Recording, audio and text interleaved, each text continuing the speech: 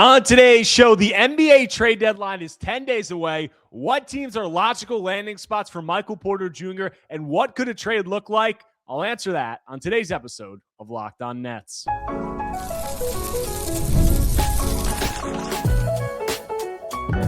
You are Locked On Nets, your daily Brooklyn Nets podcast. Part of the Locked On Podcast Network, your team every day. Welcome in to Locked On Nets right here on the Locked On Podcast Network. Now the number one sports podcast network. It's your team, the Brooklyn Nets, every single day. I'm Erik Slater, Brooklyn Nets beat reporter for ClutchPoints.com. Thank you for making me your first listen of the day. This show is 100% free on all those great platforms. And on today's episode, I'm going to be diving into the Michael Porter Jr. trade landscape and outlining some potential trade partners and also some potential mock trades. And we are 10 days out from the NBA trade deadline, and all seems pretty quiet on the trade front. There have been a lot of injuries to significant players who, were going to be some of the top guys on the market, whether you talk about Anthony Davis, obviously Giannis Antetokounmpo has a calf injury. We know that John Morant got hurt. There's just been a lot of injuries. And despite that, we're still 10 days away, and there tends to be a lot of posturing when you're this far out. Things tend to really heat up during those last few days leading up to the deadline buzzer. But on the MPJ front, I believe that this deadline may be quieter than what we had been anticipating. And a lot of that is due to the fact that two of the teams that many expected to be at the forefront of conversations for MPJ, the Golden State Warriors and Milwaukee Bucks, have seemingly had their hopes of competing for anything serious dissipate because you have the Jimmy Butler injury, him going down with a torn ACL. That perceivably took any reason that the Warriors have to make a serious, run at a deadline acquisition, at a big-time deadline acquisition. It just eliminated that. And then you also have the Bucks playing terrible. I mean, they're the 11 seed in the Eastern Conference, a weak Eastern Conference, and you have Giannis Antetokounmpo out for 4 to 6 weeks with another calf strain. So it doesn't really make sense for them to buy either. And those were two of the top teams that many people around the league and myself were looking at as potential destinations for Michael Porter Jr. So that really takes some of the juice out of the Michael Porter Jr. sweepstakes, both of those teams being out of it. But despite that, I looked around the league. I didn't find a ton of trades or destinations that I thought made sense for MPJ, but I did find some. So I'm going to outline each of them one by one. I got 4 destinations and 4 trades. And the first one that I want to get into is one that a lot of people have speculated about, and that is the Detroit Pistons, the number 1 seed in the Eastern Conference. Obviously, they're playing extremely well around Cade Cunningham, Jalen Duren, and some of those guys there, and they have a real opportunity to go to the finals this season. And while that is the case, I think many would agree that they have a significant need for offensive upgrades alongside Cade Cunningham. And Michael Porter Jr. is a player who could fill a big need there for shooting alongside Cade Cunningham for secondary shot creation. So it does make some sense.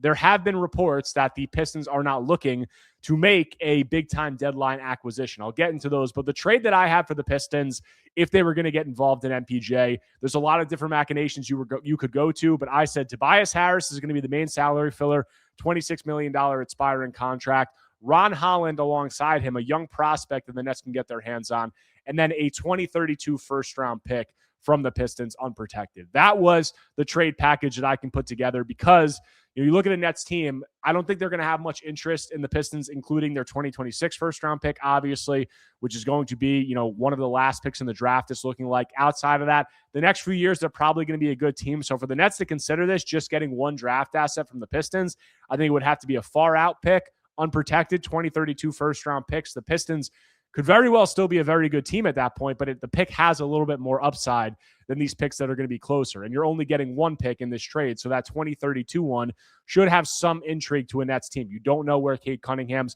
going to be at that point. He could be on a different roster for all you know. And then you have Ron Holland, who was the 5th pick in the 2024 draft, would have went lower in a lot of other drafts. We know that 2024 class was weak. But, 6'8", very good size and athleticism on the wing, can do some things offensively. It hasn't come along, I think, as some would have hoped there in Detroit. He's limited right now as a three-point shooter, but he's an interesting upside play for a Nets team that is obviously trying to build something, with big, athletic, versatile guys who can guard multiple positions. So I think from the Nets end, that package would definitely pique their interest. And then from the Pistons end, we've heard that They're not trying to make a big deal. That's like the rumblings coming out of Detroit. They're trying to maybe look at some things around the margins, but they're not going to give up a significant asset in a trade. And that may be the case, but there's a very good case to be made that the Pistons should swing for a trade like this on Michael Porter Jr. That isn't even anything close to an all-in trade. I mean, you're giving up limited, you're giving up real assets, but not like multiple first-round picks or anything along those lines. And you look at it, the Pistons have a chance to go to the finals, as I said. I mean, they're the number one seed in the Eastern Conference right now with the way the Knicks have been playing, with the way the Cleveland Cavaliers have been playing, with the Celtics, having Jason Tatum coming back from an Achilles tear in the second half of the season. You can make an argument that they are the favorite in the Eastern Conference, but I think a lot of people would still disagree, and a lot of that is stemming from their lack of outside shooting and their lack of a number two offensive creator alongside Cade Cunningham. Because you can ask, in a season where it looks like you may be the favorite in the Eastern Conference, when you have a really good chance to go to the finals, can you really go into a playoff series trusting, Duncan Robinson, Ausar Thompson, and Tobias Harris as your go-to score, perimeter scoring guys alongside Cade Cunningham? I mean, the only high-level shooter that the Pistons have right now is Duncan Robinson. And we obviously know that he has his limitations on both ends in a playoff setting. I think that he can hold up okay. But I think Michael Porter Jr., he would add a very intriguing guy where I think that, you look at the conversation surrounding MPJ and you have like the number 3 or 4 offensive role that he played in Denver. You have the number 1 role that he's playing with the Nets. And a lot of people have questions about he's doing all this stuff for the Nets in this number 1 role. But if he goes to a contender, he's probably not going to be doing as much of that stuff. He's going to be relegated to something closer to what we saw in Denver. So is he really worth giving up stuff for? And I think Detroit is a really interesting basketball situation because you have this really elite, potential MVP candidate guy in Cade Cunningham as an on-ball scorer, but you don't have that number 2 guy. So if you bring MPJ in, he can obviously be a spot-up shooter alongside Cade Cunningham, but he can also be that number 2 scorer, and you can run some of the same sets that you're seeing the Nets run for him right now. So it can kind of be a middle ground between the number 3 or 4 role that he was playing with the Denver Nuggets and the number 1 role that he's playing with the Nets. So I think that it could be an interesting middle ground. And for a Detroit Pistons team that, really has a prime opportunity to go to the finals right now, you can say that they would be a heavy underdog against the Oklahoma City Thunder or whatever other Western Conference team you want to say. This is a Pistons team that not too long ago was setting the NBA record for most consecutive losses. And you have a chance to go to the finals. I'm not sure you can just kind of sit on your hands and go into a playoff series where you're going to be playing a Knicks team or a Celtics team or a Cavaliers team and just say, we're going to roll with Duncan Robinson and Tobias Harris and Ausar Thompson as our guys on the perimeter. There's a real case. There is also a case for them not doing something like this, for them maintaining their financial flexibility, for keeping their powder dry in terms of assets. But I do think as we get closer to the deadline, it will gain more clarity. But I think that they're a team that you can make a real argument should swing for a guy like Michael Porter Jr. The next team that I had was a team that not a lot of people have been talking about for MPJ, and that's the Miami Heat, because the Miami Heat are tied with the 76ers for the 6th seed in the Eastern Conference. They have assets, they have salary matching contracts, and they have, a ecosystem on their team where if they welcomed a guy like Michael Porter Jr., he could make a big difference for them offensively. And the trade that I had for the Heat was Terry Rozier, his expiring contract, which is around $25 million. Simone Fontecchio, $8 million expiring contract. And Nikola Jovic, a, prospect throw in there alongside a top 10 protected 2026 first round pick. So the Heat's first round pick this year, top 10 protected. I think the Heat are right outside of the lottery right now. They're, I think the 16th pick right now in the draft. And if you welcome Michael Porter Jr. into the lineup while not really giving up any rotation pieces, you would think that they would get better. So that pick will probably be a mid-first round pick. So you're getting a mid-first round pick in what is perceived as a very good draft. Also Nikola Jovic, and then you're getting 2 expiring contracts that will open up a big chunk of cap space for you this coming summer. So you look at that, Terry Rozier is kind of an interesting trade chip for the Heat right now, and there hasn't been a ruling on him. He was obviously involved in that, betting scheme, that betting scandal, and the federal investigation into that. And with that, Adam Silver is yet to make a ruling on whether or not the Heat can trade Terry Rozier, because he is just eating up $25 million on their cap sheet this season. So right now, he's on unpaid leave from the team because, as I said, he is charged with a federal crime and related to his alleged participation in that illegal betting scheme. But if it is ruled that they are able to trade him, which it seems like it very well could be, then I think this deal could make a lot of sense for a team like the Miami Heat, because you look at it, you're giving up Simone Fontecchio and Nikola Jovic, who are not core guys in your rotation, and you're giving up a 2026 first-round pick that might end up being a decent pick, but it's probably going to be in the middle of the first round. So you can do that and add a guy like Michael Porter Jr., and then you can be potentially pushing up for the 5th or the 6th seed in a watered-down Eastern Conference. I think that's a trade that they would definitely consider. From the Nets end, I think a lot of it will come down to their evaluation of some of the prospects that the Heat have. They obviously have a guy like Nikola Jovic. I threw him in this deal, 6'10" guy with some on-ball skills. You hope the three-point shot could come around. Maybe the Nets are interested in him. Maybe they like a guy like Pele Larson. Maybe they push for Jaime Jaquez. I don't think that the Heat would do that, but you can get a prospect like that, and you can get what should be a decent first-round pick in a draft that is perceived as very strong. That's not at all a bad, return for a guy like Michael Porter Jr. And I think a lot of Nets fans might be looking at these first 2 trade packages that I floated, and they might be saying, no way, like 2 first-round picks, we're holding out for that. Like, I've seen some people throw that at me on Twitter as that has to be the return for Michael Porter Jr.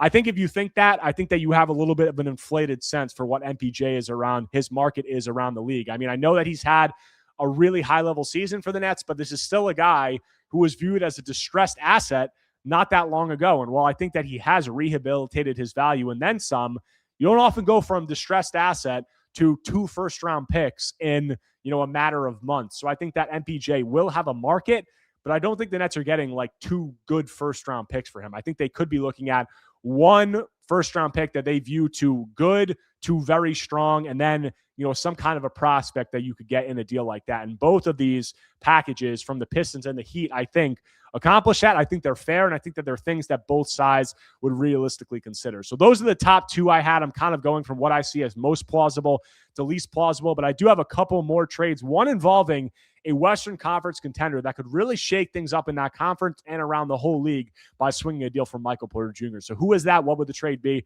I'll get into that when I continue Locked On Nets after a quick break.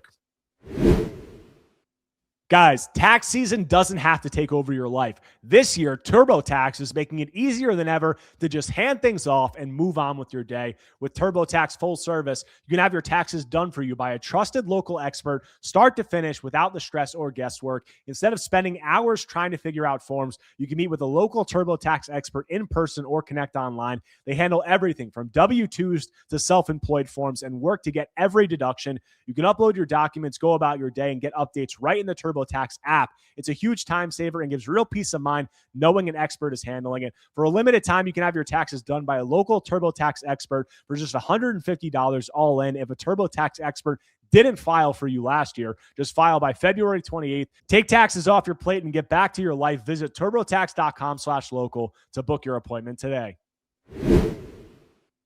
Coming back from the break on today's Locked On Nets episode, outlining some hypothetical Michael Porter Jr. trade suitors and some mock trades. Went through the Pistons and the Heat as 2 of the top teams I could see getting involved. And the next one is another team that hasn't been linked to Michael Porter Jr. all that much, and that is the San Antonio Spurs, the number 2 seed in the Western Conference. And for teams, when I was outlining and going through the league and looking for some potential MPJ trade situations, I was really just looking for teams who are looking to compete or contend right now, who have a bevy of assets that they can include from a draft perspective, and who also have multiple mid-sized contracts that they wouldn't necessarily be that upset parting with. And I think that the Spurs check all of those boxes. You look at them, they're a team that, as I said, number 2 seed in the Western Conference. They beat the Oklahoma City Thunder both of the times, I think 3 of the times that they've played them this season. So they look like they have a legitimate shot that they can make a run, but they do have a lot of assets and they have some contracts that they could trade to bolster their rotation. So the trade that I had with the Spurs was Harrison Barnes, Kelly Olynyk, the Atlanta Hawks 2027 first-round pick. I think the Spurs would throw some kind of protection on that, let's say top 5 protected, and then the Utah Jazz 2026 second-round pick. So in this deal, Harrison Barnes and Kelly Olynyk, that gets you there money-wise. Both of those are expiring contracts, so you're opening up a huge chunk of cap space next summer, which must be said is important because we saw the way that the way the Nets have been able to weaponize cap space and turn it into more assets. I mean, they've gotten multiple first-round picks this offseason. They got MPJ using cap space, and they are going to parlay that into more assets, it seems like. So when you open up this much more cap space, you can obviously use it to acquire an impact player, but you can also use it to keep this asset train running and just collect more assets. So the cap space that in all of these deals, Tobias Harris is expiring, Terry Rozier is expiring, now Harrison Barnes and Kelly Olynyk. That is an asset alongside whatever you get. So alongside that cap space, you also get in this trade the Hawks 2027 first. I said top 5 protected. Who knows where the Hawks are going to be next year? That pick could end up being decent. Then it's obviously the Houston Rockets swap rights on their 2027 first-round pick, so it's probably not going to be a good one. So this gives you another chance to get a higher pick in that draft, and you get into the second round of this draft with a Utah Jazz's pick, which should be near the top of the second round. So, this trade, I'm not sure the Nets would do this, but I think that they would strongly consider it, and I think that they might do it. They might pull the trigger on something like this from their perspective. And you look at it from the Spurs perspective, they can really bolster their rotation, add some much needed shooting and secondary shot creation alongside Victor Wembanyama, because they have a lot of guys in that rotation right now who aren't necessarily high level floor spacing threats. And you look at it, you have guys like, De'Aaron Fox, Stephon Castle, Dylan Harper, obviously Harrison Barnes in their rotation. Like, they have some guys who can shoot respectably, but not like high-level snipers on the perimeter. And you look at Harrison Barnes, who is the player that Michael Porter Jr. would be replacing in the Spurs starting lineup. Barnes has been struggling big time as of late. Over his last 16 games, he's averaging 6.2 points on 33% shooting from the field and 25% from three. And the Spurs are 8-8 across those 16 games. So going from him, a 33-year-old guy who's a proven veteran, can do some good things, but is obviously limited at this point in his career. Going from that to Michael Porter Jr., it's a big-time upgrade. And then you look at Kelly Olynyk, who's not even a regular member of the rotation. Like, you're giving up those two guys for MPJ, and then you're giving up a Hawks 2027 first-round pick, but the Spurs have a lot of other first-round picks, so they keep their powder somewhat dry. They'll have picks moving forward, and if they want to swing for a big deal, who knows? Maybe they want to get involved in the Giannis sweepstakes. Maybe another star comes along. You have MPJ's expiring contract next season, and you have a lot of other draft picks moving forward. So this is a deal that I could see, making sense for both sides. I haven't heard anything about the Spurs being linked to MPJ. I think there have been some reports coming out of there that they're not going to make a significant deadline move, which, makes sense. They might look at it and say, look, the Oklahoma City Thunder, even though we've beaten them, like, they are the favorite right now. We're more looking at our timeline with some younger guys, and we're not going to rush this, which I would understand. But then there's also an argument. You're the number 2 seed in the Western Conference. You beat the Oklahoma City Thunder 3 times already this season. You can acquire a guy like Michael Porter Jr. without giving up too many assets or anything that significant. It's a move I would seriously consider if I were them, and it's one that I think the Nets would also have a long meeting about. So that's 3 teams that I feel like could be realistic trade suitors for Michael Porter Jr., even though there hasn't been a ton of smoke connecting them outside of the Detroit Pistons. But I have one more team, probably the least realistic, but it is an interesting team because they have an owner that is extremely motivated and should be motivated this season due to the fact that they don't own their first-round pick. And the team that they do owe it to, it would be pretty embarrassing to hand that team a very high draft pick. So who is that team? What could the deal look like? I'll get into all that when I close out Locked On Nets after a quick break. Guys, during basketball season, there's nothing like being in the building, the energy, the crowd, that first big run that gets everyone on their feet. Fans want to be there for those moments, not stuck refreshing screens, guessing what tickets are really going to cost. That's where Game Time comes in. The Game Time app gives fans the advantage back, making it incredibly easy to score amazing tickets, fast, simple, and without the guesswork. Guys, browsing the Game Time app is straightforward and intuitive. Finding tickets takes just a few taps. Seeing the view from your seat before buying makes choosing tickets easy and confident. Prices include fees up front, so the total is clear from the start. Features like zone deals help unlock great seats at even better value. Whether it's an NBA game or another live event, everything is right there in one place. So take the guesswork out of buying NBA tickets with Game Time. Download the Game Time app, create an account, and use code LOCKEDONNBA for $20 off your first purchase. Terms apply. Again, create an account and redeem code LOCKEDONNBA for $20 off. Coming back from the break, closing out today's Locked On Nets episode, talking about some hypothetical Michael Porter Jr. trade suitors and mock trades. And I ran through the Detroit Pistons, the Miami Heat, and the San Antonio Spurs. And the last team I'm getting into is an interesting one in regard to this, and it's the Los Angeles Clippers, a team that obviously started off the season very poorly relative to what their expectations were there, but they've come on really hot as of late. They're 13-2 over their last 15 games. They are rising up the Western Conference standings, starting to get into the play-in, and potentially could try to push up for a top 6 seed. Who knows? And they're a team that should be highly motivated this season because they owe their first-round pick unprotected to the Oklahoma City Thunder. Obviously, it would be very embarrassing for how lopsided that, Paul George, Shai Gilgeous-Alexander trade already looks. It would be very embarrassing for this Clippers team to give the Oklahoma City Thunder a high pick. And sure, they may be able to keep their powder dry and not do anything and just keep continuing to improve. But you also have an owner in Steve Ballmer that has been known to be really aggressive, has been known to be willing to invest in this team in the short term, even if you don't think that is the most sensible thing. And I will say that, giving up future assets to trade for Michael Porter Jr. with where this Clippers team is at, I don't think it's likely. I don't think they're going to do it. I would definitely not do it if I were them.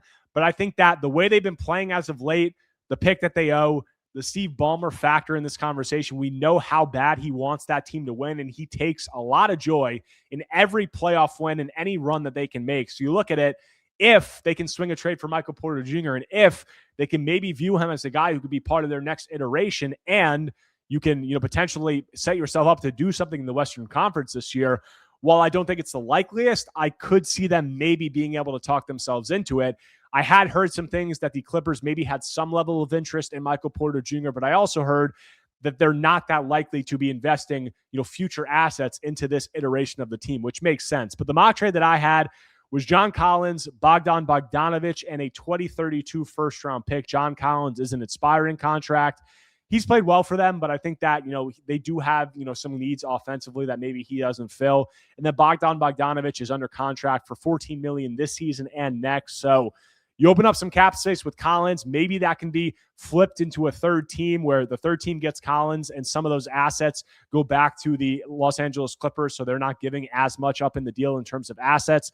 But that's opened up some cap space. Maybe they flip Collins to a third team, and then you get a 2032 first-round pick that, who knows where that's going to be. It's kind of the same strategy that you've had with that Nuggets pick, with some of the other picks that I've talked about in these trades.